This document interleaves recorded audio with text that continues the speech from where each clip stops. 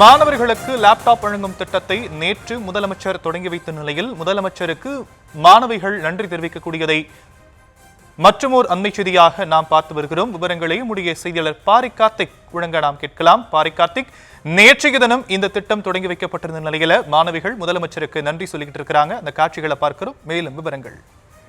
வணக்கம். தமிழ்நாடு அரசின் சார்பில் கல்லூரி மாணவ மாணவியருக்கு லேப்டாப் வழங்கும் திட்டம் உலகம் உங்கள் கையில் என்ற தலைப்பில் நேற்றைய தினம் முதலமைச்சர்கள் துவங்கி வைத்தார். முதற்கட்டமாக 10 லட்சம் மாணவ மாணவியருக்கு இந்த லேப்டாப் நேற்றைய தினம் வழங்கப்பட்டது.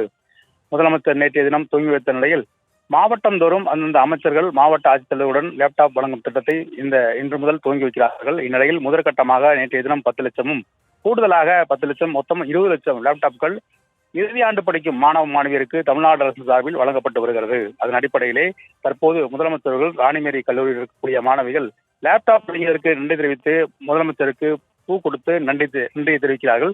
தொடர்ச்சியாக தமிழ்நாடு அரசு சார்பில் அனைத்து கல்லூரி மாணவ மாணவியருக்கும் கலை, மருத்துவம், பொறியியல், தொழில்நுட்பம் உள்ளிட்ட படிக்கும் மாணவர்களுக்கு லேப்டாப் வழங்கப்பட்டு வருகிறது. அது மட்டுமல்லாமல் ஏற்கனவே தமிழ்நாடு அரசு சார்பில் புதுமை திட்டம், அதே போல தமிழ் பொதுநலன் திட்டம் உள்ளிட்ட திட்டங்கள் மூலியமாக ரூபாய் 1000 வழங்கும் திட்டமும் தமிழ்நாடு அரசு சார்பில் வெற்றிகரமாக நடைபெற்ற நிலையில் மாணவ மாணவியுடைய இந்த கல்வி மற்றும் வேலைவாய்ப்பை உறுதி செய்யும் வகையில் தமிழ்நாடு அரசு தற்போது லேப்டாப் வழங்கப்பட்டிருக்கிறது. நேற்றைய தினம் முதலமைச்சர் அவர்கள் பிரமாண்ட ஒரு விழா மூலியமாக இந்த லேப்டாப் வழங்கும் திட்டத்தை துவக்கி வைத்தார். மேலும் தொடர்ச்சியாக இந்த திட்டமானது தமிழகம் முழுக்க இருக்கக்கூடிய அனைத்து மாணவ மாணவியருக்கும் இன்றைய தினம் லேப்டாப் கொண்டு போய் சேர்ப்பார்கள் என்று எதிர்பார்க்கப்படுகிறது. அதன் அடிப்படையிலே லேப்டாப் வழங்கிய முதலமைச்சருக்கு நன்றி தெரிவிக்கும் வகையில் தற்போது ராணிமேரி கல்லூரியில் மாணவிகள் தொடர்ச்சியாக முதலமைச்சருக்கு பூ கொடுத்து தங்களுடைய மகிழ்ச்சியும் நன்றியும் தெரிவிக்கிறார்கள். அப்போது முதலமைச்சர் அவர்கள் மாணவ மாணவியுடன் பேசி வருகிறார்.